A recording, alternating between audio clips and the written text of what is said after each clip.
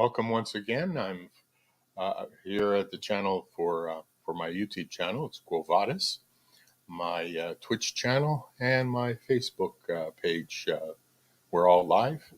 I'm Father Anicet Pinto, a Catholic priest in Vancouver, and today I want to talk a little bit about the Pachamama and the direction the church is going in, which should be of interest to everyone who is Catholic, but also the cultural impact it's having on the rest of the world.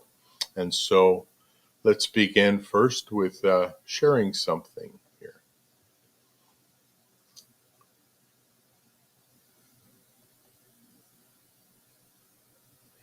Here it is. This is the Pachamama prayer. They brought it into the Vatican and they prayed about it. And I talked about this on Monday, but I didn't go into it in great detail. But one of the stresses here is that the Pope wants to universalize everything. He wants to make one religion throughout the world. And so he wants to be accepting of every other modification. If everything is attainable, nothing is attained. But he wants to make everything attainable. So anyone who becomes Catholic, it'll be a kind of a shared culture of, in his own mind, a shared belief as well. And so throughout history, there has been always a little bit of a cultural adaptation to the faith. For instance, there have been certain aspects that have, from other religions or other beliefs, that have found a way into the Catholic Church because we recognize the truth of a particular thing or thought or presentation. For instance, that aspect of refrigeria early in the Catholic Church, what they had were there were people that would go at night and they would go to the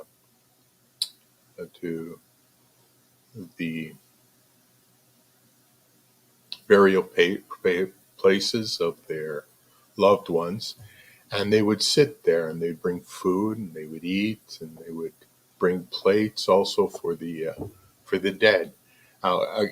And some of this has been adapted into our own homes, where someone dies who's a very important member of the family, and you always put a setting for one more at the table with a chair. It's an empty chair.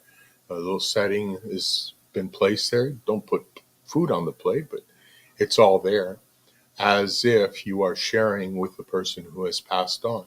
A kind of a way of remembering them, of honoring them, of keeping them close to your heart. And so these are kind of things that have been adopted and adapted into our own faith and belief and understanding of the truths of religion, of faith, of God. But now it seems that there is a real push towards making a kind of a one religion. One of the things that the Pope is really emphasizing is the Chinese and China, and how there are 1 billion people there who are close to it who have no religious affiliation. So what he is doing now is he wants to promote the state-approved Catholic Church. It's a horror to those who have been the underground church in China, for it ends up adopting a lot of communist and an inability to protest against government and government ideology.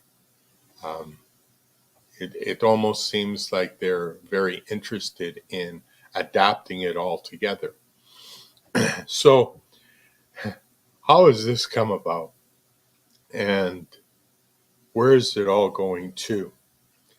Now, if you adopt everything that you see in the world from other faiths into your own faith, if you make it all seem very mundane and achievable, it would be much like if in a sport between two teams, um, even after the outcome, whatever it might be, that one team might have won against the other one, you give everyone the same trophy.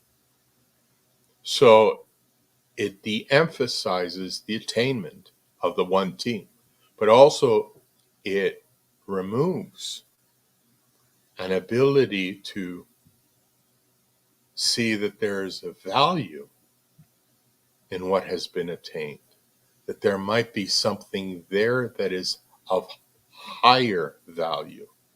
Now, I use a sports analogy. These are the things that are happening in schools now, where everyone passes now their grades.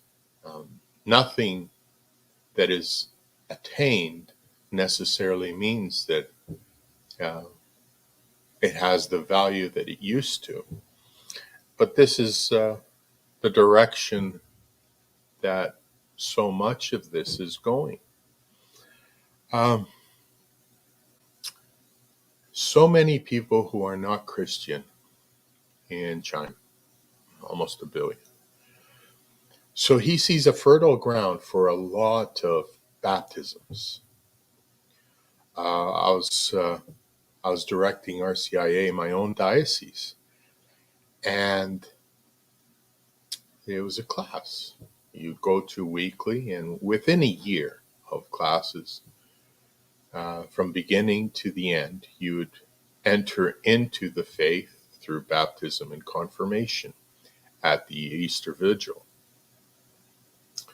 One of the difficulties became that some people had other intentions than simply becoming Catholic.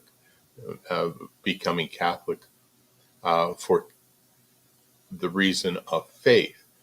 They had the intention of becoming Catholic because they were going to marry a Catholic, or they wanted to become Catholic so that they could baptize get their children also baptized, and get their children into a Catholic school.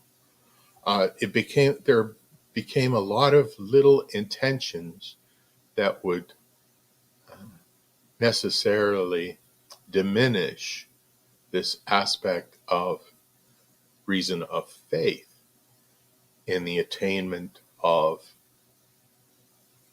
ultimately membership, becoming a disciple of Christ. It's almost as if even attendance is no longer mandatory. Certainly in a couple of the classes that I directed in a couple of different years, there were members that came once or twice throughout the whole year, and they were pushed through. One of the things that pushing them through has become is also a way of marking numbers. For the bishop, it's great when he has an ad limina visit to the Holy Father, or the Pope, Pope Francis, and he can show the numbers being improved in his diocese. We had this many baptisms, this many confirmations, this many ordinations. One of the things about Vancouver diocese is that it's diminishing each year. So how is he going to buffer that up? Well, recently we also changed here in the diocese the ability for deacons to have these permanent deacons now. And so ordinations have gone way up when you're ordaining 10, 15, 20 deacons per year. You can go and you're ad limina visit, and makes the numbers look more palatable for the Pope or whoever's looking over the numbers of our diocese. But it's also a way to kind of prop up the bishop that has been appointed here. These ad limina visits are quite interesting, from what I understand, in that it's part of that aspect of success. One pastor told me, you want success in your parish? When you get a parish, um, it's all about making money into the parish, and it's about baptisms and confirmations. You get those two, and if you have a school, you get that filled up too. And this is a way of doing it. It's all about the numbers. And so it certainly should be disconcerting and maybe a warning to a lot of people, or a sign that things aren't as good as they are, when the appearance is all about numbers, money, and not the faith. And not the faith that is, it may be difficult to attain and accomplish in your own life, but is also very important. With this push towards one religion, towards common practice, towards what you might call a very attainable, ecumenical type of faith, there's a falling away of seriousness as well, and the difficulties towards that seriousness might have with regard to the individual, the person. Now imagine that anyone can come to the altar, anyone can serve at the altar, anyone has equal type of ability. I want to show you another ability for the sacraments. I want to show you another particular, we might call it a news item, and I think it's important that it puts out exactly what has been happening in many places, and this is in particularly one in the States. So let's take a look at this. Whispers in the Loggia. It's a blog spot, and I'm going to share this because I sometimes look up these things, and I do think it is interesting. Let's see if you can see it on the, or if I have to maybe increase. I don't know if I can. Anyway, amid U.S. benches communion clash, the Holy Office flashes a red light. As some U.S. bishops advocate for levying de facto sanctions on President Biden and other Catholic politicians for their support of legal abortion, the Holy See's distinct but veiled skepticism over a communion clash has taken a marked leap in volume, with the Church's lead doctrinal official warning that the push would be misleading if it were to give the impression that abortion and euthanasia alone constitute the only grave matters of Catholic social teaching that demand the fullest level of accountability on the part of Catholics. Well, so often we end up hearing a lot of words And the words from the Vatican are essentially saying that you're not de facto excommunicated if you promote abortion or euthanasia. You're not de facto excommunicated. Whereas the teaching until modern times has always been that any grave sin, particularly abortion and euthanasia, murder, stealing, any of the 10 Commandments broken, these would de facto put you excommunicated, which means you don't receive communion. You're excommunicado. You're outside the ability to receive communion, to be at one with the sacraments, with God's intent, to be able to receive validly that sacrament. It's quite interesting because here, if they're putting a red light on this, then there are many others issues where you can go up for communion. The Pope already said that if you're divorced, you can receive communion. You can be united with Christ and receive communion. This is not good Catholicism. It certainly is not good practice. As I said before, it's all about lifting up everyone to be able to achieve it all, which means that you, in fact, don't achieve anything. For you no longer have to shape your action according to what might be a higher achievement. You can be the lowest rung on the bar and still receive the sacrament and still be able to. This is absolute evil. It's the devil that is moving this.